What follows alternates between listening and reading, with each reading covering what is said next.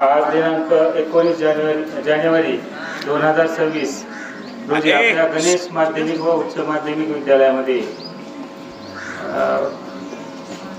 हिंददी चादर गुरु तेग साहेब जी यांच्या 350व्या समागम दिनानिमित्त आपल्या शाळेमध्ये वक्तृत्व स्पर्धा आयोजित केलेली आहे।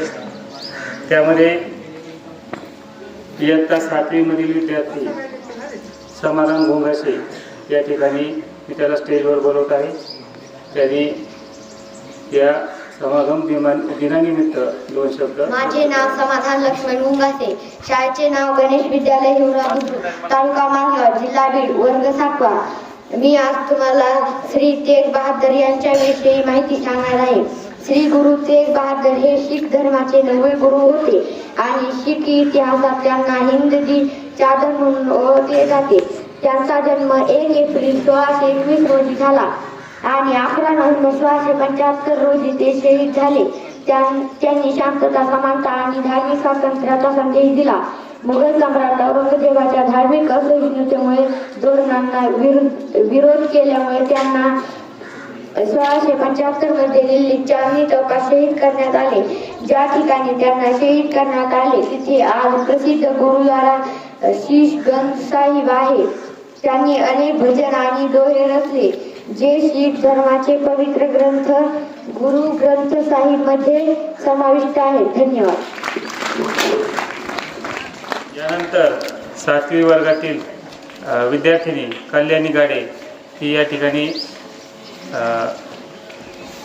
स्वतःचं मत। नमस्कार, माझे नाव गाडे कल्याणी, शाळेचे नाव गणेश विद्यालय, वर्ग 7वा। विषय श्री गुरु तेग बहादर यांच्या विषयी माहिती। श्री गुरु तेग बहादर हे शीखाचे 9वे गुरु होते। गुरु तेग बहादूर यांच्या शिकवणीमध्ये धार्मिक स्वातंत्र्य, समानता, न्याय आणि मानवी मूल्यांचे रक्षण यावर मुख्य भर होता। त्यांनी आपल्या शिकवणीतून आणि बलिदानातून संपूर्ण मानवतेला प्रत्येकाला आपल्या आवडीचे धर्म निवड, न्याय आणि आचरण करण्याचे स्वातंत्र्य असावे असे त्यांच्या मते होते। त्यांनी स्वतःच्या प्राणांची आहुती देऊन हिंदू पंडिताच्या धार्मिक स्वातंत्र्याचे रक्षण केले, ज्यामुळे आपल्या हिंदची चादर भारताची ढाल म्हणजे जाते म्हटले जाते। त्यांनी जातपात, अंधश्रद्धा आणि भेदभावाला विरोध केला। प्रत्येक माणूस समान आणि प्रत्येकाने समानतेने जगावे अशी त्यांची अन्यायाविरुद्ध शांततेने आणि दृष्टीने उभे राहण्याची आहुती होती। त्यांनी आपल्या अनुयायांना शिकवले की तुम्ही तुमचे मस्तक द्या पण त्यांचे रक्षण करण्याचे वचन दिले। त्यांनी जगाच्या लक्ष्यवर आणि क्षणभंगूरवर सर्वात भर दिले। गुरु तेग बहादर यांचे संपूर्ण जीवन आणि शिकवणी मानवी हक्क आणि प्रतिनिष्ठेमध्ये समर्पित केले। धन्यवाद। तर या ठिकाणी आपण श्री गुरु तेग बहादूर यांच्या देशभक्तीवर, त्यांच्या जीवनचरित्रावर आधारित वक्तृत्व स्पर्धा आयोजित केलेली आहे। या ठिकाणी पुढील 7वीतील विद्यार्थिनी दुर्गा पितळे ही या ठिकाणी तिचं मत व्यक्त करते। नमस्कार, माझे नाव पितळे दुर्गा भागवत, शाळेचे नाव गणेश विद्यालय हिवरा बुद्रुक। मी आज श्री गुरु तेग बहादूर यांची शिकवण याविषयी बोलणार आहे। हिंददी चादर श्री गुरु तेग बहादूर यांच्या 350व्या समागम दिनानिमित्त मी त्यांना अभिवादन करते। सत्यासाठी उभे राहणारे, अन्यायाला न झुकणे आणि दुसऱ्याच्या धर्म स्वातंत्र्यासाठी स्वतःचे सर्वस्व अर्पण करणे ही शिकवण काळाच्या पलीकडची आहे। श्री गुरु तेग बहादूर साहिब हे केवळ इतिहासातील व्यक्तिमत्व नाहीत, ते मानवतेच्या आत्म्यात सतत जिवंत असलेली चेतना आहेत। त्यांचे मौन गर्जनेसारखे आहे आणि त्यांचा त्याग अमर आहे। इतिहास कधी कधी रणांगणात तलवारीच्या जोरावर घडतो तर कधी एका शांत, स्थिर आणि निर्भय मैदानातून। अशाच मौनातून मानवतेसाठी अमर झालेलं नाव म्हणजे श्री गुरु तेग बहादूर साहिब।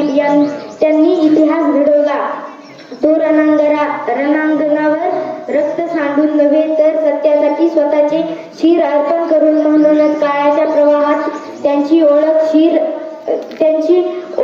केवळ शीख धर्माचे नववे गुरु म्हणूनच नाही तर हिंद की चादर भारत भूमीचे कवच म्हणून आढळ राहिली आहे.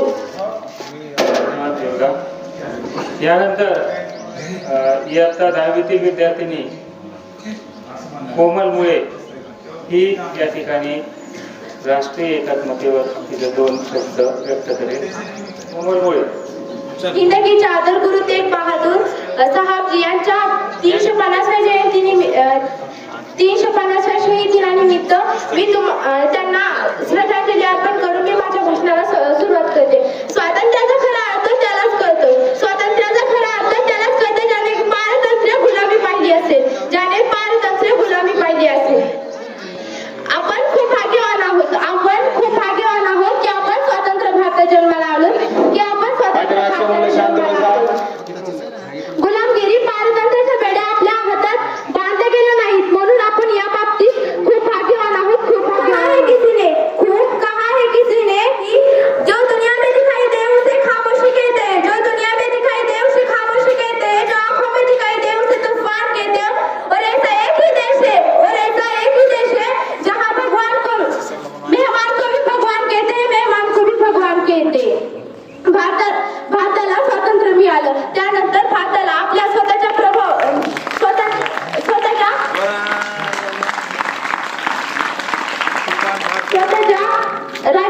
राज्यघटनेची आवश्यकता होती म्हणून संविधान सभा निर्माण झाली.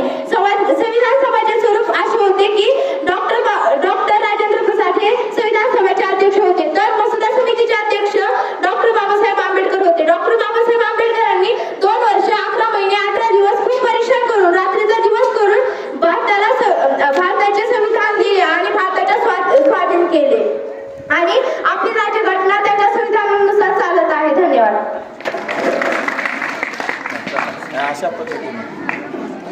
तर या ठिकाणी हिंद की चादर असलेले श्री गुरु तेग बहादूर यांच्या 350व्या समागम दिनानिमित्त आयोजित वक्तृत्व स्पर्धा या ठिकाणी संपन्न झालेली आहे.